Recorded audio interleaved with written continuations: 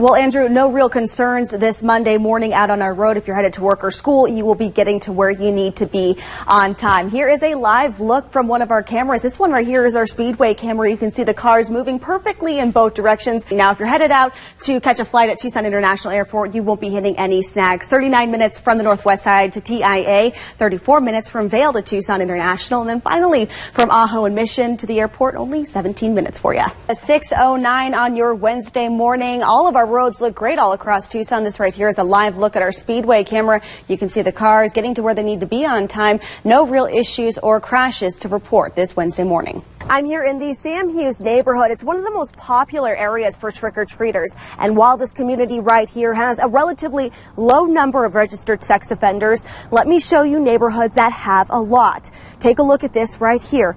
I went through more than 100 Tucson zip codes to find out the top 3 neighborhoods of where registered sex offenders live. We all see it probably every single day. People distracted behind the wheel on their way to work or school in the morning, their hands full with their morning coffee or even texting behind the wheel. Passion pouring out onto the streets right here at Glen and Fontana. I'm going to take a step out of the way to show you exactly what I'm talking about.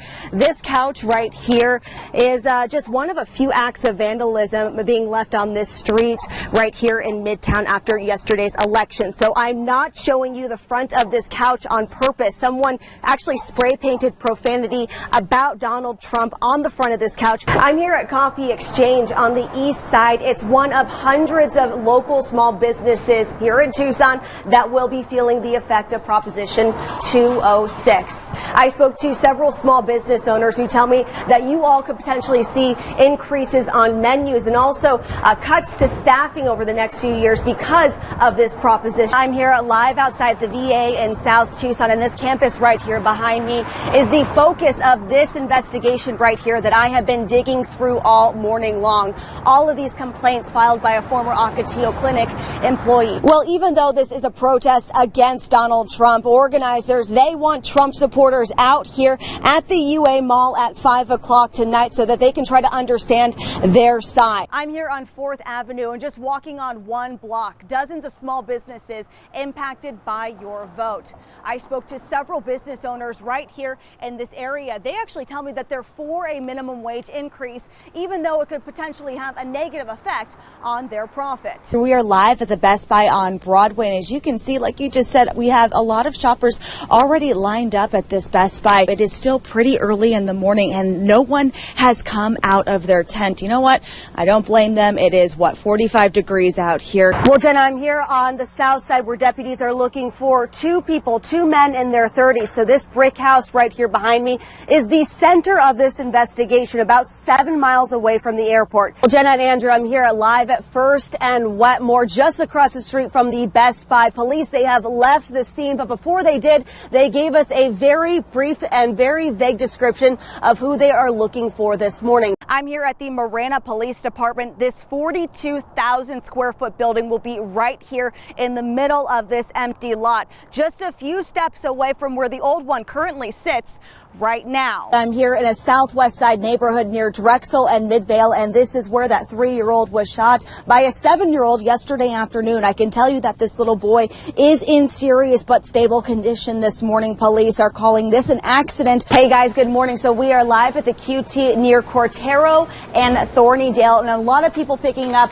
their favorite snacks this morning, getting ready to head out on the road this holiday season. I'm here live in between Valencia and Bilby, where the investigation is still wrapping up right now. It's a little bit tough to see because it is so dark out, but you can see all those police cars out there, those red and blue flashing lights all the way out in the distance. That's where police are still investigating. Well, Lydia, I'm here live at the Circle K at the Tucson Estates. This is just a mile or so away from where Angelica is right now. I'm going to take a step out of the way to show you what the scene looks like right now. As you can see, we still have Pima County Sheriff's investigators out here, as well as the forensic team trying to piece together this investigation. So I'm here live at the Tucson Police Department headquarters in downtown Tucson, and the whole goal of this brand new program is to help fill some of these open and vacant parking spots right here with brand new officers to keep you safe every single day. I'm here just off the I-10 where you all have probably noticed tents just like these ones right here behind me popping up all over Tucson. Now, advocates against sex trafficking say that when tents like these pop up, they get to work.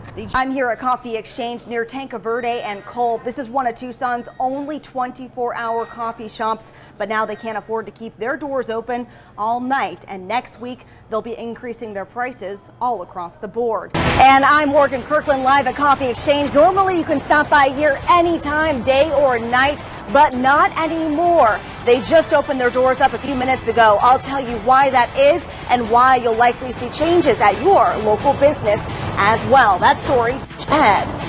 I'm here on Speedway and Wilmont, and this is where that 21-year-old biker said he was shot at with a BB gun over the weekend. Now take a walk with me this way. The biker, he says he was actually right here in this lane when a car pulled up and two people inside started shooting. I'm here in Summerhaven where this cabin used to be. As you can see, still a few flames left over and a lot of smoke and ash in the area. This staircase, the only thing left of the home. Now take a look a little bit further down the hill right here. You can see just how close the flames got to the cabin next door. Now firefighters tell me if it wasn't for all this snow right here, the fire would have spread a lot faster and destroyed more homes. Now take a look at this video that you sent us yesterday afternoon of the cabin and some trees on fire. Now I'm being told that no one was home when this fire started. Right now, Pima County Sheriff's deputies tell me the fire was likely man-made. Investigators think someone may have walked away from a burning fire pit. Thankfully though, crews, they were able to put the fire out before it spread to any of the nearby cabins. We spoke with neighbors earlier today. Take a listen. When we came up, I mean, you could just see a wall of flames. I mean, it looked like a huge raging bonfire. It was scary, you know, because a lot of people have lost a lot of homes up here, and, you know, one fire is too many. As soon as we learn more details about this fire, of course, we will let you know on air and also online at TucsonNewsNow.com. For now, though, that is the latest from Summerhaven. Morgan Kirkland, back to you. Well, I first met Amanda right here at this post office in Marana. She had a handful of these white envelopes. And of course, me being a reporter, I asked a lot of questions. She told me that she was mailing out a bunch of these tiny little premature baby shirts to parents all across the United States, and she could use more help sewing them. Immediately, I knew I could help and tell her story.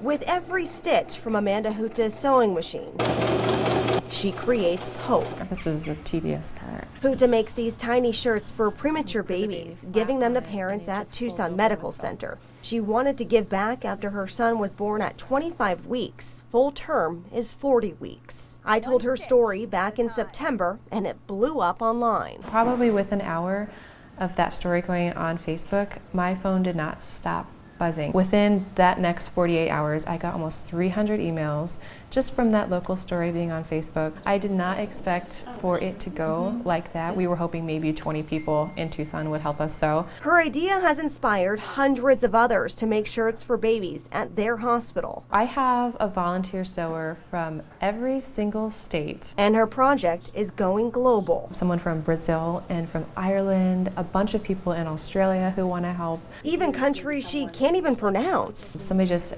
emailed me the other day from Newfoundland. I'm not sure how to say it. Newfoundland, I think. Just all over the world. It went worldwide. It's so cool to see how it came from nothing and now it's on their baby in the hospital and how happy that has made their parents. It's amazing. It's a really good feeling. But now she's found herself in every good entrepreneur's dilemma. The orders are flowing in and it's hard to keep up. So I'm trying to find a lawyer who would be interested in helping us do this. I don't have enough money to pay lawyer fees. But we have enough to pay for the nonprofit fees that are required. Even still, Huta says she won't stop. If you know someone who would like one of these shirts, share our Facebook story with them right now. If you would like to help Amanda start her nonprofit, all that information, of course, up on our website right now, TucsonNewsNow.com. That is the latest from Marana. Morgan Kirkland. Back to you. We're here at the post office on Thornydale and McGee, where workers are hard at work stuffing their trucks, making sure that you get all of your gifts this Christmas. Jim here, he has been working at USPS for 18 years now, and he says this is one of the biggest shipments he has seen in his 18-year career. He says rain or shine, he promises to have your gifts on your front porch by the end of today. The real sound of Christmas. United States Postal Service workers busy. Early still, but busy like always. Making sure you have a happy holiday. Kenny Thompson has 2 simple words to describe the amount of mail today. Very amazing. Thompson has been with the post office for nearly 2 decades, but this year he's, well, amazed. Officials with the Postal Service say online orders are up 10% over last year, and today is going to be the busiest day for workers on the ground. 14,000 packages. How many? 14,000. It was tough walking through the building because there were so many pallets of packages. But like any other job, you have to be flexible. You're almost doing the splits right now.